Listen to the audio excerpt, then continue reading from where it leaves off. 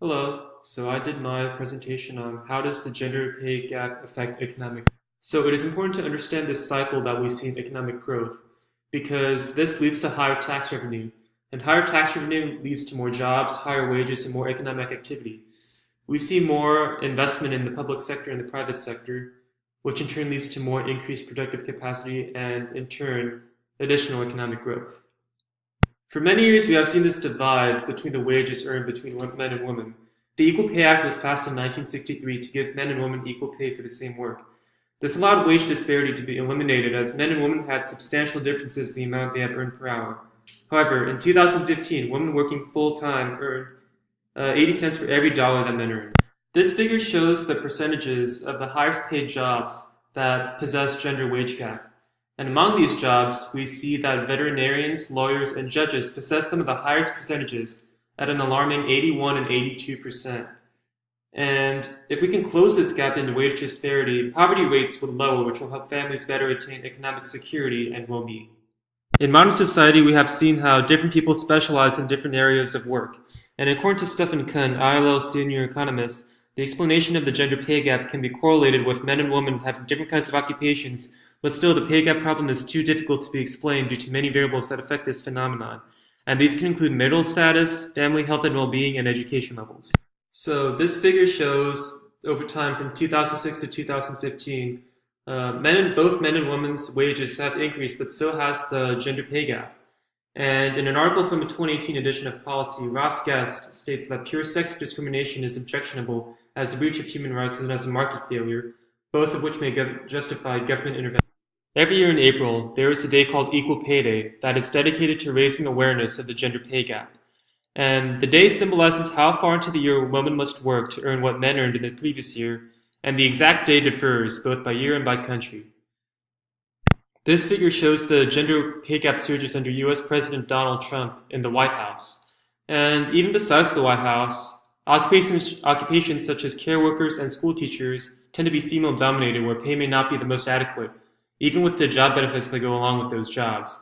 And according to a 2017 study by the Institute for Women Policy Research, poverty rates for women in the workforce will be cut in half if women are the same as men. So over the years, women's earnings have become increasingly important to families in today's society, and their salaries affect the total amount of income in the family, where inequality in earnings can lead to more children and a higher rate of going into poverty. This misallocation of human capital may cause women to become less productive at work, inhibiting economic growth and their future productivity. So this figure shows how much women's earnings can be impacted after having a child. And history has shown that the majority of women take much of their time as caretakers and doing most of the household chores, so they're more likely to work part-time jobs and or eventually drop out of the workforce in order to take care of their children. So we have consistently seen how both the salaries of men and women have increased throughout the years.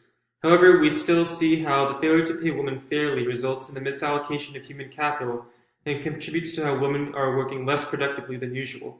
And so this holds back economic growth. In 2008, the United States experienced a major financial crisis that placed a disproportionate burden on women, and more specifically, poor, migrant, and minority women. And a lot of jobs were laid off, but more particularly, women were at the most risk of losing their jobs first. Today, many jobs out there are being replaced by new technology that is being implemented. And one example is how the manufacturing of cars has drastically changed throughout the years. And so those jobs can greatly affect one gender of another if any one of those jobs are either male or female oriented. Our society has taken the steps necessary to prevent this wage disparity between men and women. However, it is likely that the pay gap will take many years before it is fully removed. If current trends continue, it is estimated that the pay gap will close in 2086, which is almost 70 years away. So among member countries of the Organization for Economic Cooperation and Development, South Korea has the largest gender wage gap, which is around 37%, which is a lot more than the other countries as part of this organization. And a large number of women quitting their jobs for childcare is to blame for the large gender wage gap in South Korea, according to many experts. In 1963, the Equal Pay Act was passed in order to give men and women equal pay for the same work. And for the most part, this allowed wage disparity to be eliminated, as men and women had substantial differences in the amount that they earned per hour. And even in taking into account factors such as the person's skill level, effort, responsibility, and working conditions, we still haven't seen the equal pay for equal work quite yet. So the main thing that is inhibiting economic growth right now is sex discrimination. And in 2014, we have seen how it's at 38% as compared to 35% from 2007. And additionally, occupational segregation decreased from 18% to 11%, and part-time employment decreased from 14% to 4%, both between 2007 and 2014. So GDP is the gross domestic product, and in a country, it's one of the main indicators used to measure the performance of a country's economy. And one of the biggest influencers on GDP is the gender wage gap.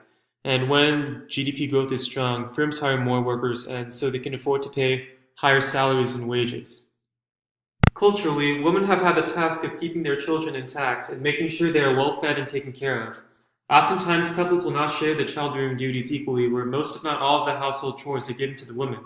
If women aren't in need of taking care of their children on a consistent basis, they will not be able to put in the extra effort to progress further in their careers. We are consistently striving to increase economic growth, but it is obviously hard to advance the economy without taking into account the differences in pay between genders. And so narrowing this gap would provide a boost for an economy that is already experiencing a lot of inequality between different people.